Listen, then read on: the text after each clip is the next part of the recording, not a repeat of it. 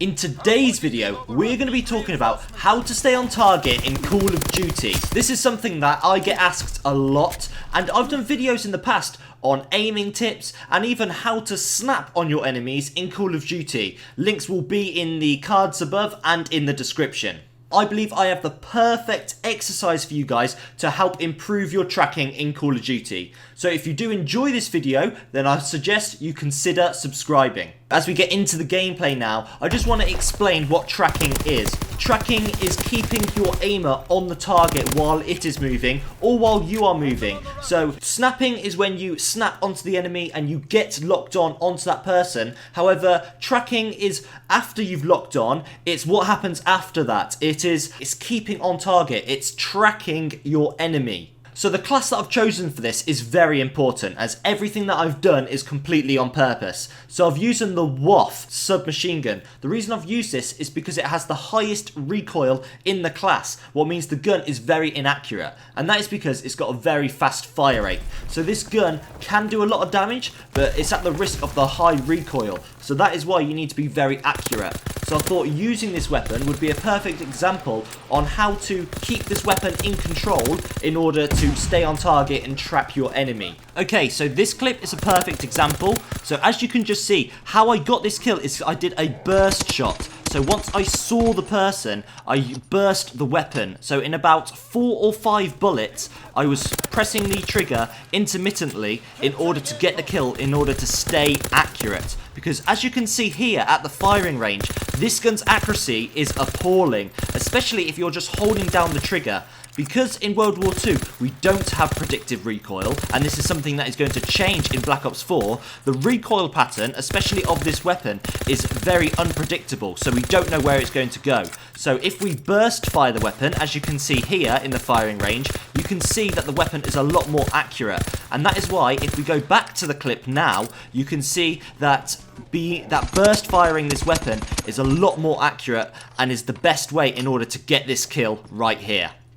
Now, with most gunfights that you're going to have are going to be similar to this one right here. They're coming right at you, you don't need to strafe left or right, and you can just shoot them very easily.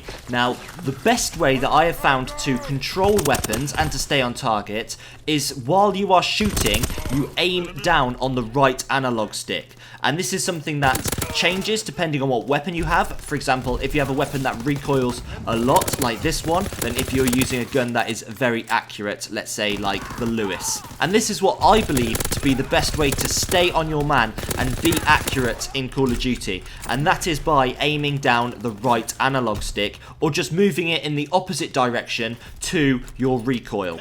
Scenarios like these are also very popular. When an enemy is coming across your screen, it's very important to have the right sensitivity so you can keep good aim, keep good accuracy as you track the opponent across your screen. You're going to be in plenty of gunfights where you're at really close range, and you just simply, once you're aiming at them, you just need to hold down the trigger and spray, because you're at such close range, it's a lot harder to miss, and you're most likely going to be aiming at the person. And if you are aiming at that person, then you will not need to let go of the trigger. You can simply just spray them down. However, not all gunfights are the same. Being able to transition from ADS to hipfire is very, very important, and it's something that you guys may need to practice in order to be good at.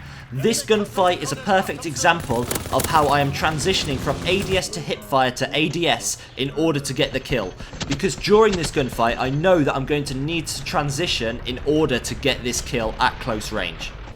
Another thing to note as well is in this instance, even though it is a long-range gunfight, I continue to hold down the trigger, and this is because I am aiming lower on the person. For example, I'm aiming at their legs, so even if the gun does recoil upwards, I am still going to hit the target. This is also something to consider. If you're using a weapon that's got high recoil, aiming lower at the person so you can continue to just hold down the trigger may be better for you. However, if you do prefer to burst your opponent, that is also a very viable option as well.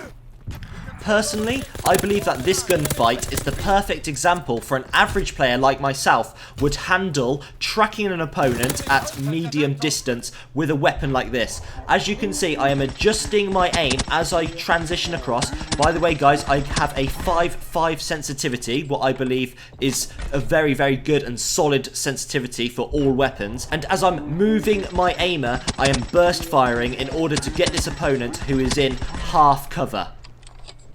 Just to prove to you guys that I am an average player, here's a clip where I am doing the wrong action. At close to medium range, I am holding down the trigger. However, because my aimer is too high, even though I'm hitting some of my shots, I'm missing. If I was to burst fire this weapon instead, or just aim lower, this kill would have been mine. Okay guys, so now I want to show you the difference when changing your sensitivity. So I went from a 5.5 to a 3.3, and this is the only game I played when changing it. And a lot of the kills I got were very similar to the ones that I got in my other games. It was very similar. I didn't find it that much of a difference, only when changing direction. However, there is one clip here when I'm aiming down sight and I simply cannot move my aimer fast enough. I cannot move the gun fast enough to stay on track of this person, and it actually causes me to get a death because I'm just simply not as accurate. I cannot move as fast with this sensitivity.